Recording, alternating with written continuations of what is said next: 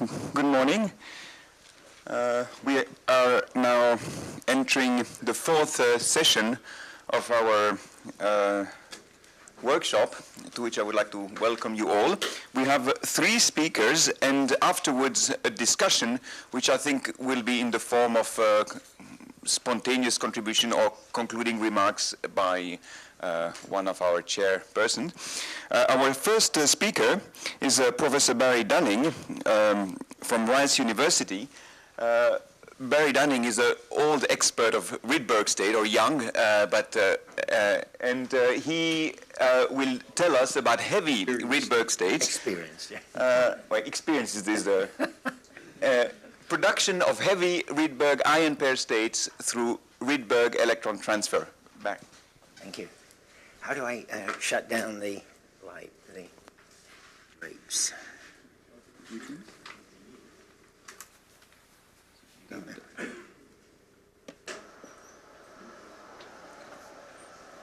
That does the ones at the lower level as well? Sorry? It goes all the way up. It just takes time. Ah, okay. Well, firstly, I'd like to thank the organizers for their kind invitation to attend this workshop and learn more firsthand about what is going on in the forefront of Rydberg atom physics. What I'd like to do today is to talk about some of the work we're undertaking on producing heavy Rydberg Ionpair states through Rydberg electron transfer, basically capture of the Rydberg electron by an attaching target and converting it to a negative ion, which then remains bound to the positive ion. As always, the work I will describe represents the efforts of a large number of people beside myself. The experimental work is undertaken at Rice University by myself and two graduate students, Matt Cannon and Shanghao Wang. We've also enjoyed a very long-standing theoretical collaboration with Shuhei Yoshida at the Vienna Technical University and Carlos Reinhold, who now works for Oak Ridge Associated Universities. Missed it, I think I went 2. Okay. So in our work, we take advantage of what is called the essentially free electron model of Rydberg atom collisions. Basically, we take advantage of the fact that a Rydberg atom is physically very large.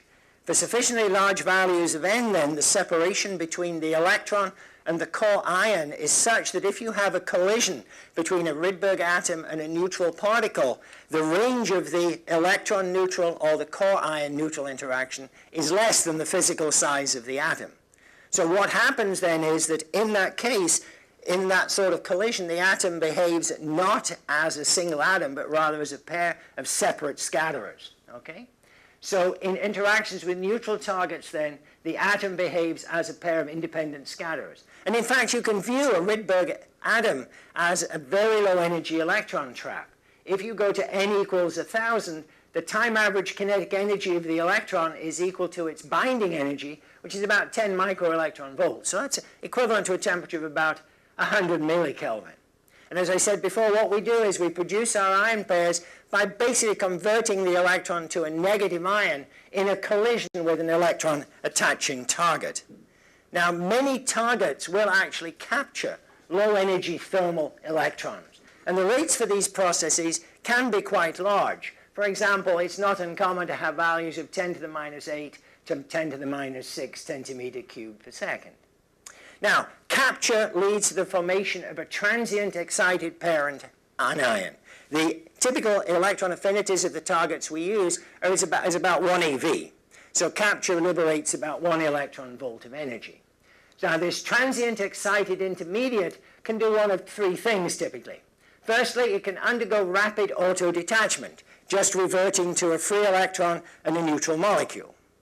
Another option is that it might dissociate. The excited intermediate might fly apart, providing a neutral and a negatively charged fragment. Alternately, you may get a long-lived metastable parent anion through intramolecular vibrational relaxation. The energy that's liberated is redistributed within the molecule in terms of vibrational modes inside the molecule. So typically then there are reactions of the following form. The electron is captured. It forms this excited intermediate negative ion. That can undergo auto-detachment. It can undergo dissociation, or it can produce then a long-lived negative ion. Now, if we replace the free electron by a Rydberg atom, then these are the kinds of things that can happen. The capture, again, can be viewed as a binary interaction between the electron and the target molecule. And then you get reactions of the form shown here. The Rydberg atom collides with the molecule. The Rydberg electron is captured to leave a core ion and a negative ion. And then this negative ion can subsequently then dissociate, can auto-detach, can dissociate, and can form a long-lived negative ion. Now, in the collisions we use, we have thermal energies. So what this means is that there's not a lot of kinetic energy available to the collision pair, and a significant fraction of the ion pairs that we form can be actually weakly bound in a weakly bound then heavy-Rydberg ion pair state. And evidence of this was seen some time ago in collisions. And what I show here then is the rate constant for destruction of Rydberg atoms and for free ion production in collisions between potassium Rydberg atoms and SF6, which is one of the workhorses that are studied in electron attachment as a function of principal quantum number n. And what you observe is, for large values of n, that the rate constant for Rydberg atom destruction and the rate constant for free ion formation are essentially the same.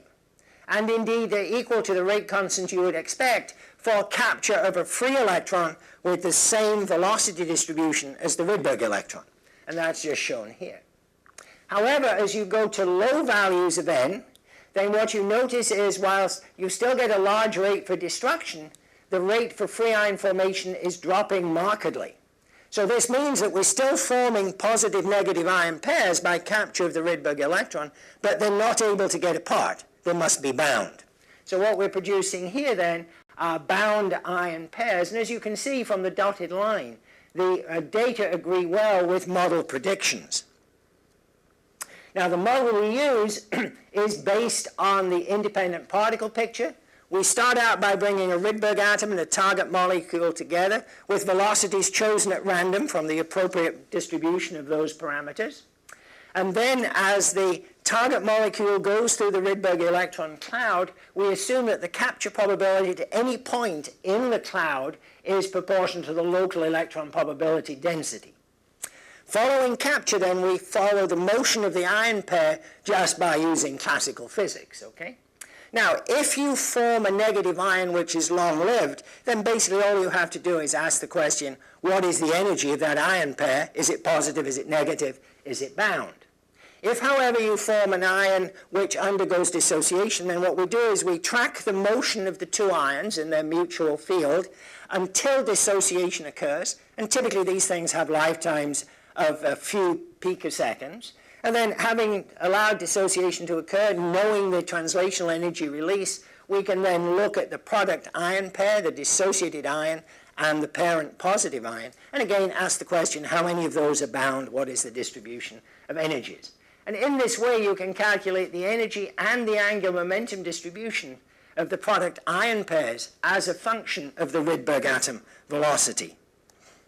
And here are typical results. So what are shown here are energy distributions of the product ion pairs when we have Rydberg atom collisions with SF6, Rydberg atom collisions with carbon tetrachloride. Here is the distribution, here is the binding energy. 0, of course, means that in this side they're free, in this side they're bound. And there's data here for n equals 16 and n equals 30. And for Rydberg atom velocities of 200 meters per second and 900 meters per second. So you see at n equals 16 and low Rydberg atom velocities, where there's not a lot of kinetic energy available to get them apart, you see that the that the majority of the ion pairs are in fact bound with a relatively narrow range of binding energy, something around about 70 millielectron volts. If we put in more kinetic energy, then a sizable fraction of the product ion pairs are in fact able to escape and they're not bound. If you go to n equals 30, now at n equals 30, of course, the electron cloud is larger, so attachment is occurring further from the core ion. So you'd expect the binding to be less, and you see that indeed the binding energies are less, but a significant fraction of the product ion pairs are bound.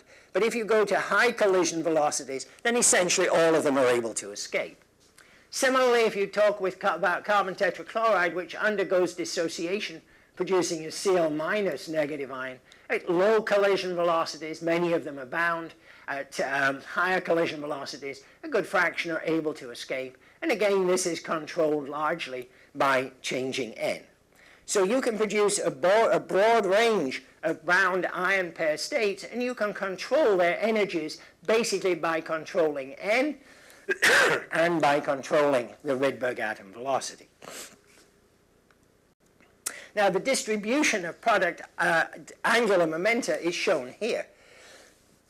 And this again is for collisions with carbon tetrachloride and 16 and 30p Rydberg atoms for different Rydberg atom velocities. Here is the principal quantum number, here is the angular momentum. And what you see is collisions typically lead to the production of states with large values of n and also large values of angular momentum. And again, this can be controlled by Rydberg atom velocity and n. Now we detect these states, these bound ion pair states, by field-induced dissociation. Basically what one does is one applies an increasing electric field across the ion pair, and when it gets big enough you literally pull them apart and you can detect the species. Now if you apply an electric field F, you introduce a saddle point in the total potential, and this is just for total potential in atomic units. The position of the barrier is at a location -1 over root F, and the height of the barrier is -2 over root F. Now, naively, you would expect separation over the barrier to occur, excuse me, when the energy of the heavy-Rydberg state, which is given by mu over 2 nh squared, this is the Rydberg number for the heavy-Rydberg state, is equal to the binding energy. And this will happen when at a field F equals mu squared over 16 nh to the fourth. And for largely historical reasons, this is referred to as the adiabatic threshold. Now, the situation is not that simple because, of course, we have energy level shifts induced by the Stark effect. So let's consider the energy shift at Stark states, and we'll start out by considering a pure Coulomb potential. Now, in that situation, the Stark energies are given by the following. Here's the sort of unperturbed energy we talked about previously. This is the effect of the electric field. There is a shift of energy which is proportional to F and depends on A sub z, that's the z component of the Runge-Lenz vector for the state. The simplest case to consider are the redshifted Stark states, and for these, Az over mu is about 1, and these are also states with low values of m. The extreme Stark states tend to have low values of m, so Lz is approximately 0. So then what one can do is one can set this expression equal to the expression for the barrier height, and then you find that the threshold for field detachment, which I've called F Coulomb here for a pure Coulomb field, is given actually by mu squared over 9 nh to the fourth, and that's about 1.8 times the so-called adiabatic threshold. Now, if you go to blue-shifted Stark states, things get even more complicated. They're the ones that whose probability densities are oriented away from the barrier, so they have a harder time finding the barrier, and they will only detach at fields of about 5 times the adiabatic threshold. So the key thing is the dissociation is sensitive to L sub z and to the orientation of the states. Now, we've been able to study this by classical trajectory Monte Carlo simulations. This was developed, the code that we used to do this was developed from the code that we use to probe the response of Rydberg atoms to pulsed electric fields. The initial state is represented by a phase space probability distribution that mimics the quantum state that we're actually starting out with. And then each point in phase space, its evolution during the electric field, is monitored by simply solving Hamilton's equations of motion. In this way, you can build up the final distribution of phase points after the field has been applied, and then you can use this to evaluate the mean value of some observable. And in this case, the question is, did it dissociate? Didn't it dissociate? Okay?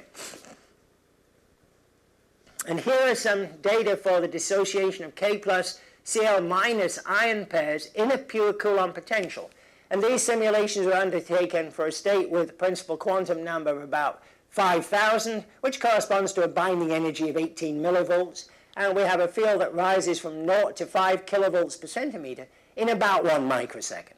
So here is then the calculated survival probability as a function of time, and time obviously translates into electric field. And data are plotted here for different assumed values of L, and for each value of L, we assume there's a random distribution of M.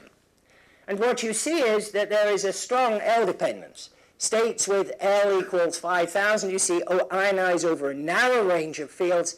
As we go to lower and lower L states, you see that there's a very broad range of fields over which dissociation occurs. Now, the fact is, however, that of course there isn't a pure Coulomb potential, because what happens is if the ion pair gets close together, they scatter from each other, okay? So there must be a short-range repulsion. So what you have to do is you have to include in your potential a short-range repulsive term that takes into account ion pair scattering. And for this to be important, you typically have to have them approach within about 5 atomic units of each other, so their physical sizes become important. So if you have an H plus F minus ion pair, this means you require states with angular momenta less than about 130 atomic units. For K plus Cl minus ion pairs, it's got to be less than about 600 atomic units. Now what happens is if you have these collisions, the ions come together and they scatter, so they go off in a new direction. They come together, they scatter, they go off in yet another direction. So what this leads to is a precession of the orbit, okay? And if this happens relatively quickly, you can get precession in the direction of the barrier, and you just go straight over the barrier. So this leads to ionization at the adiabatic threshold.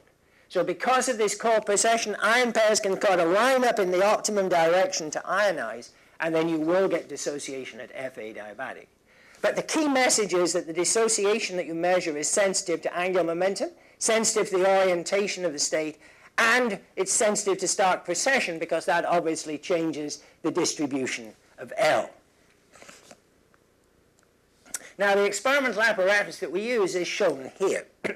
We start out by producing Rydberg atoms by photoexciting potassium atoms contained in a tightly collimated beam in the presence of target gas using the crossed output of an extra cavity doubled rhodamine 6G dye laser. We bring the beam in a few degrees off normal incidence so we can take advantage of the Doppler effect to select Rydberg atoms with well-defined narrow ranges of velocity. So we can do velocity-dependent collision studies. Now, we operate the experiment in a pulsed mode.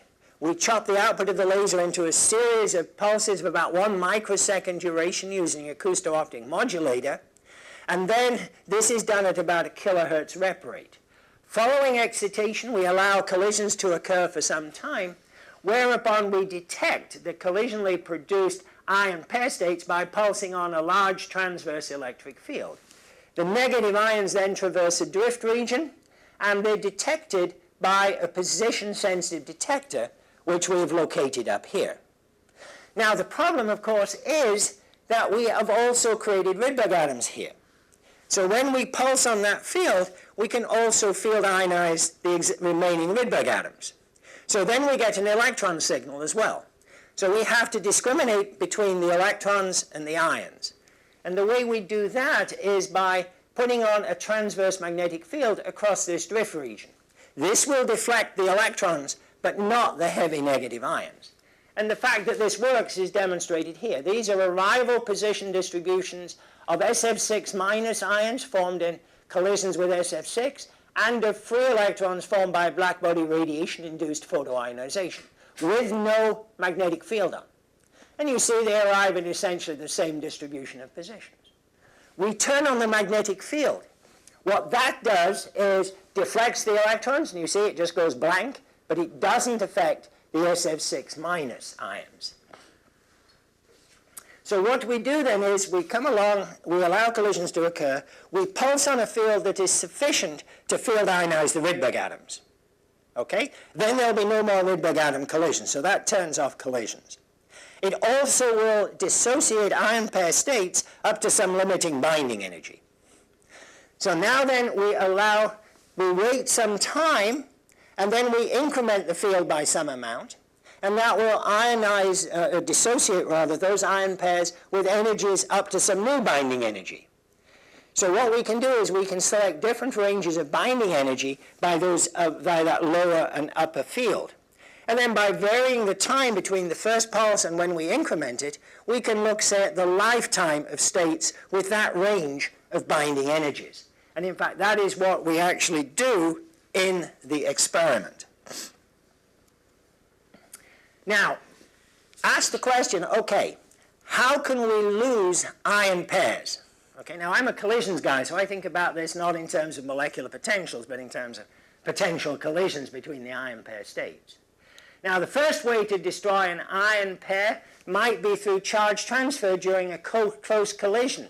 Remember, we have an electric field on during the time we're studying the lifetime, so they are precessing, they will undergo close collisions. And the question is, if you have this close collision, will you get charge transfer? If you do, then you get two neutrals and they'll separate, and we've lost the ion pair. Another possibility is that we can create negative ions with which are internally excited. And then the possibility is that you would have a collision between the excited negative ion, the positive ion. Internal energy from the excited negative ion is converted into translation of the ion pair, and the ion pair then just flies apart. So this would lead to separation as ions. It would destroy the ion pair, but they would stay as ions. Another possibility is, as I said at the outset, some of these excited negative ions are going to auto-detach. So another possibility is that the AB minus will auto-detach, and then what you will have is it will revert to a neutral plus an electron, and the electron will likely remain bound, forming a neutral excited atom. And then, of course, there are other possibilities that one might consider, such as radiative decay. That's not going to be very likely. The bodies are heavy that are involved, and there's a lot of angular momentum to get rid of. And then also there's the possibility of the usual one, photodissociation by black body radiation. So let's look at some of then the kind of data that we get on lifetimes of negative ion pair states. So this now is data for K plus Cl minus ion pair states that are produced in collisions with carbon tetrachloride. And this is the ion signal we observe as a function of time. Now, the first large peak here is the peak that we see when we apply the first pulsed field. So this is dissociation of heavy Rydberg ion pair states with energies, binding energies up to some value. Then we wait some time, some delay time, and we increment the field by some amount, which will dissociate those with energies, binding energies in some interval. And then by varying this time delay and looking at the signal that results from that, one can, by just simply integrating this, one can get the time dependence of the ion pair signal. And here are data which are obtained for the ion pair states as a function of that time delay. And here we've used different ranges of binding energies, which we select by choosing the initial parent n and the values of these electric field steps that we use. And the thing that you notice is there is essentially no decay. There's no evidence of any decay, at least on the time scale of our experiments. So this means then that the lifetimes of the product ion pair states must be at least 100 microseconds. Now again, from a collision picture, would you expect this to be true? Yes, I mean, because in this case, even if a K plus and Cl minus ion pair collide, have a close collision at the core, it's not very likely to have charge transfer because that reaction is strongly exothermic by about 0.7 eV to undergo charge transfer. And in collisions, resonant charge transfer is only large if you're near resonant. So the fact that these are very long-lived is actually not particularly surprising. Now we go on and let's consider the lifetime of K plus Cn minus ion pairs. Now we're going to a simple molecular negative ion. We can produce these in collisions with cyanogen bromide. This produces an excited intermediate which actually dissociates into Br and Cn minus. Now this cyano radical, the Cn radical, is a pseudohalogen. It has actually a remarkably large electron affinity, about 3.86 eV. So it really behaves much like a halogen. It's like a Cl minus or a Br minus or whatever. And what we now observe here is here's the ion signal as a function of time. We see that for states that are strongly bound, there is no decay, at least not that we can detect. So states with binding energies greater than about 25 millivolts, they don't decay. If, however, we have binding energies less than about 25 millielectron volts, we observe that indeed there is some decay, and that rate of decay increases as the binding energy gets lower. Now the question is, what's going on? Well, we think this is a result of rotational to translational energy transfer from the Cn minus ion into translation of the ion pair states. How does this work? So let's now consider then just free electron attachment to cyanogen bromide. We know from earlier measurements that if you attach low energy electrons to BrCn, it dissociates, and that there is a narrow Gaussian translational energy release distribution that's centered at about 100 millielectron volts. If, however, you go back and you ask the question, well, how much excess energy of reaction is available? So you take the thermochemical data, you find the excess energy of reaction, excuse me, is about 180 millielectron volts. So this balance between 100 millielectron volts and 100 millielectron volts has to appear somewhere. And it appears in rotational excitation of the Cn minus ions. And in fact, that was already being known in free electron studies, that the Cn minus ions are rotationally hot. And 80 millivolts would correspond to excitation of a state with about J equals 18. You don't excite the Cn stretch. This is 270 millivolts. It's too high in energy. So what we think happens is then that we're producing Cn minus ions that are rotationally hot. Then what can happen in a collision with the core ion is you can get energy transfer in a dipole allowed J to J minus 1 transition from internal motion to translational motion of the product ion pair. And for J equals 18, the energy liberated is about 10 millielectron volts in a J to J minus 1 transition. And that's consistent with the decrease in lifetime that we see when we have binding energies less than about 25 millielectron volts. So it looks like we're seeing evidence of internal energy in that negative ion being converted into translational energy of the ion pair. Now, if we do this with SF6, then we produce K plus SF6 minus ion pairs. And here are the data. Here's the normalized ion signal as a function of time. And what we see here is a different effect. The most strongly bound ion pair states have the shortest lifetimes. And there are no stable negative ion pair states that we see. So the lifetimes are typically in the range of 20 to about 5 microseconds. And as I said, they decrease with increasing binding energy. Now, we believe this decay results primarily from charge transfer. And that's possible because there's a high density of states. The effective binding energy for the SF6 minus is very low because it's highly excited. So the electron is very close to the continuum. It could almost want to fall out. And there's a high density of Rydberg states available. So near-resonant charge transfer becomes possible. Okay? So what this means is then that we think we're seeing evidence of charge transfer. And of course, we're most likely to get charge transfer for the most highly bound states, which spend the most time close to each other. So as the binding energy goes up, the ion pairs are closer together. That would enhance charge transfer, reduce the lifetime.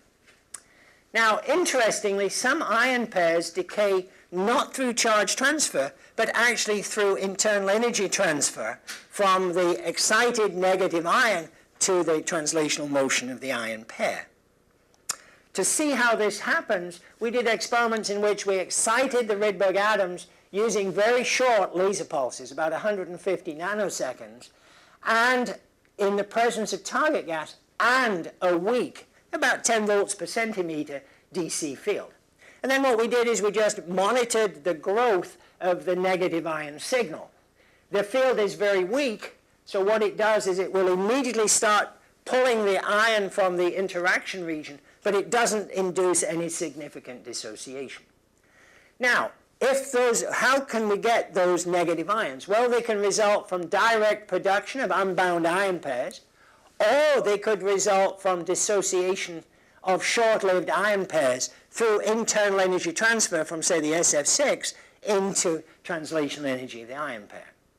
And the key thing is, if the growth of the ion signal follows that of the Rydberg atom population, then that says that we must be only seeing short-lived ion pairs that are being produced directly. The collision produce unbound ion pairs directly, and they promptly fly apart. So what do we see?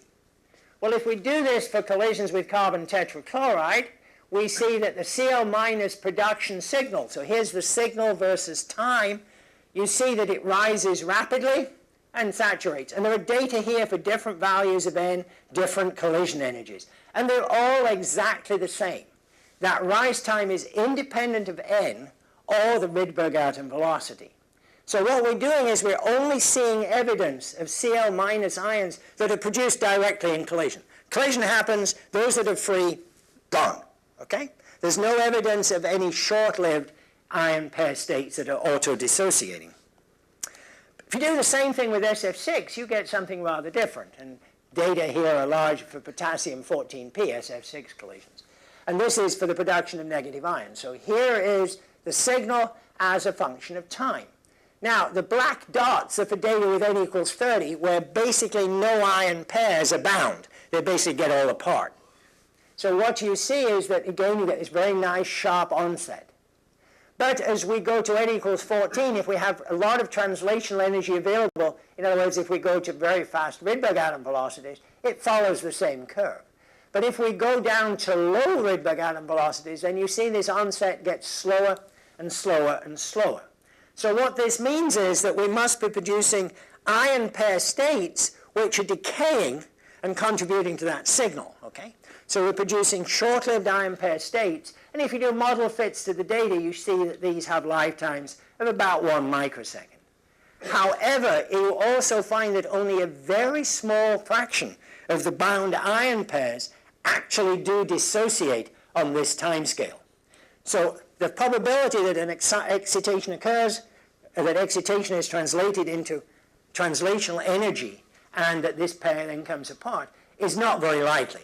The biggest destruction mechanism seems to be charge transfer with lifetimes of several microseconds. So where are we going? What are we going to do in the future? Well, currently we're commissioning a new apparatus which will separate the production region and the analysis region. So we'll be able to analyze the heavy-Rydberg states in one region, divorced from where the Rydberg atoms are. So we're not going to have that complication of worrying about field ionization of Rydberg atoms, continuing collisions and things of that type. Okay? So this should enable us to allow field-free lifetime measurements. The lifetime measurements we've done thus far, as I said, were in the presence of a field, so we were getting rapid stark mixing. We should be able to get rid of that. We can also then permit the binding energy distributions to be measured directly, because we won't have to increment that initial field. We can then start thinking about, since we're looking in a different region, we can correlate, say, the lifetime and binding energies of ion pairs to their velocities. And since we now have control over the region where we do this study, we can apply very strong pulsed fields in that region. So what about future research avenues? Well, we can explore further how we control the binding energies of the distribution of the ion pairs, and we can do this through Rydberg atom velocity and through changing the principal quantum number n. So we can do detailed experiments on that. We can examine the different classes of ion pair species that we can produce. One of the advantages we have is we don't need a stable ground state to photoexcite. We can choose the ion core by choosing the Rydberg atom, the negative ion by deciding whether we want something that's atomic, a simple, diatomic, or whether we want something fairly complicated. We can, for example, use core ions of the alkali ions, the alkaline earths. We're starting into strontium, so we should be able to look at strontium plus cores. We already can do xenon plus cores.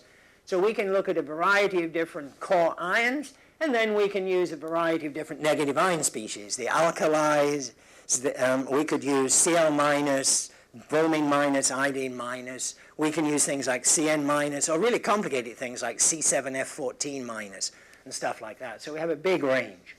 So this will enable us to get more information about the possible decay channels, how these things fly apart. Can we determine whether they're going to use internal energy transfer to dissociate, or whether we're going to get charge transfer? we can explore things like that. Now, we also have, of course, a bound ion pair state. This is a very classical system.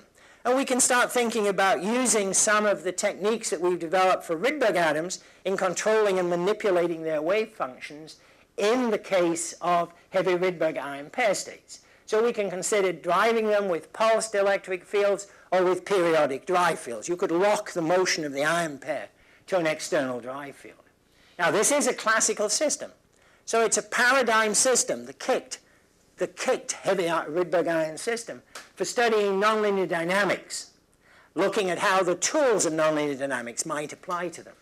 You can also consider things like phase space transport. Chirp, the periodic drive field, that works in Rydberg atoms to take a state, say, at n equals 300 and drive it up to n equals 600 with remarkable efficiency. The question is, can you do the same thing in a heavy Rydberg ion pair state? You can also, of course, have the opportunity to study collisions. Now, collisions could lead to, say, destruction. You can perhaps plow an ion into them and see what happens. They could lead to changes in quantum number. Also, of course, you have the opportunity to, if you had a strontium core ion, you have the opportunity to photoexcite the core ion. So you can put 5 eV of energy or 3 eV of energy, whatever it is, it's 411, so it's about 3 eV of energy into that core ion. What does that do?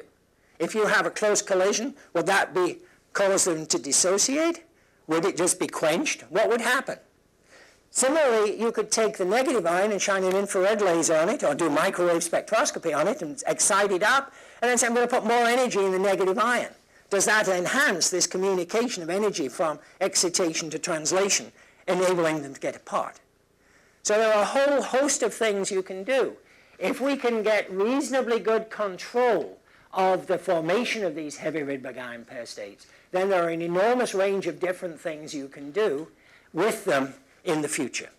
So with that, I leave you and say thank you very much for your attention. Well, thank you very much for presenting this way of producing Ionpair. This is now open for discussion.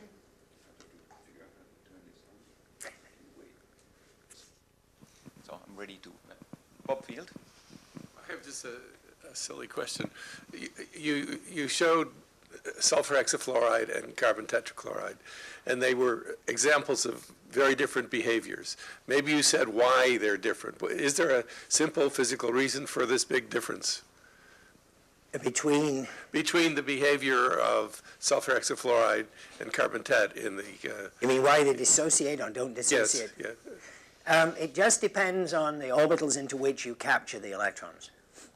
Some species do undergo dissociation, some don't. And it's just, I mean, if you've got a big floppy molecule like SF6 or C7F14, then what can happen is you can very quickly communicate that energy of attachment into internal motions. And then it's very hard for that to get to put all that energy back in a mode which is associated with dissociation. So you'll get lifetimes of microseconds through tens of milliseconds, depending as to the species. The lifetime of these states that dissociate can be very, very short. It's usually less than or of the order of a few picoseconds. If you do something like CF3I, put an electron on it, it just flies apart. Mm-hmm. All the excess energy reaction appears in translation. And basically what happens is you capture into an antibonding orbital, and the thing just flies apart. You just push off the CF3 radical, and the I- minus just goes on. This doesn't even get vibrationally excited. All the energy just appears. So that's straight into a dissociating orbital. In the case of carbon tet, a little bit of internal redissociation can occur because it lives a few picoseconds, but the great majority of the energy appears in translation. But it's a distribution because some of that energy is being lost, and that when it comes apart. And C7F14 is very floppy. And obviously it can lose the energy any which way, many different ways. Perfluoral cyclomethylhexane, I think it's called. Further questions? Ralph Shield? Was there? Can you just comment briefly about the structure in the NL plot that you showed, where you said that the sort of formation process? What you see here is these kind of peaks. They correspond to the radial distribution function for the electron. So remember, there are a series of probability maxima with R. So you tend to get capture in various radial separations. And that gives rise then to these various features that you see here. Okay, yeah. And a second question, actually. When you describe the IVR from SF6 minus into the bond breaking mode, can that be sort of modeled through a sort of RRKM or something type approach? A dynamical model of the internal vibrational redistribution. That has been done by a number of people, but not me. And it corresponds to the microseconds that you're seeing? Yes. Right. In fact, there was a lot of controversy over the lifetime of SF6 minus states, because we were getting, with Rydberg atom studies, capturing Rydberg electrons from very high-end atoms, we were getting tens of millisecond lifetimes. And everybody else was getting very short lifetimes, with free electrons. They were getting microseconds. And then theoreticians got interested and did statistical theories and things of this type, and they demonstrated that, in fact, you expect lifetimes of milliseconds or longer. For the IVR?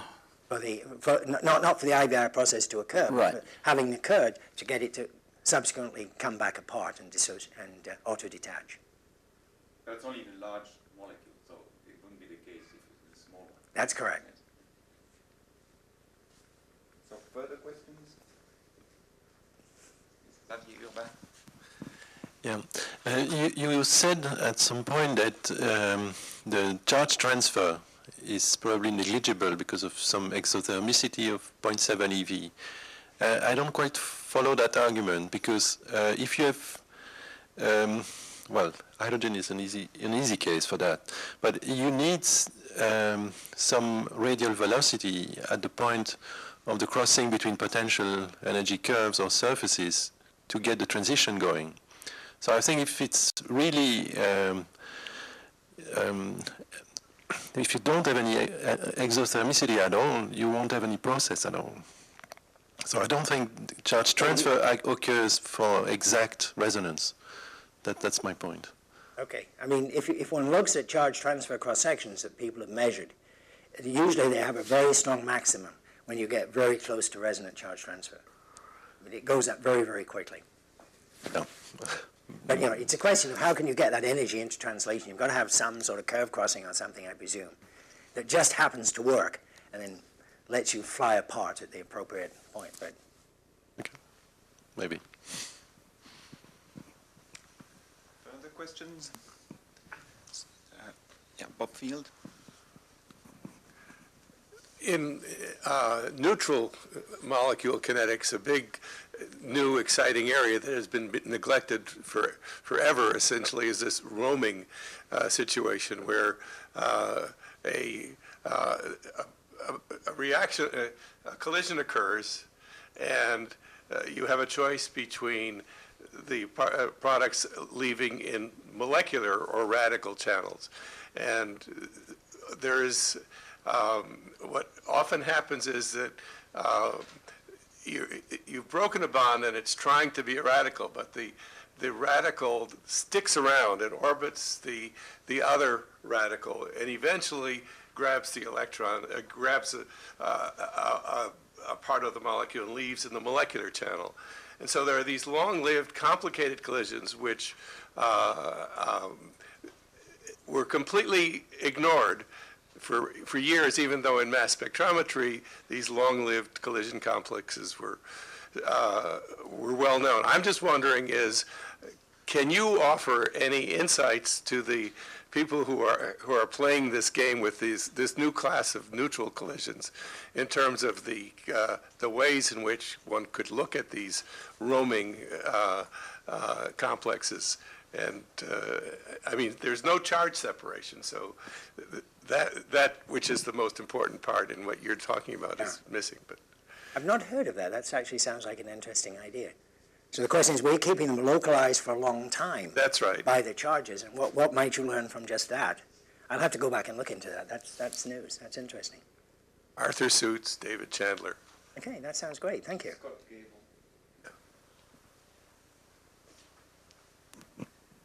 So I have a question myself. So when you showed, I think it was potassium and CN, and you had a plot where the lifetime was infinite.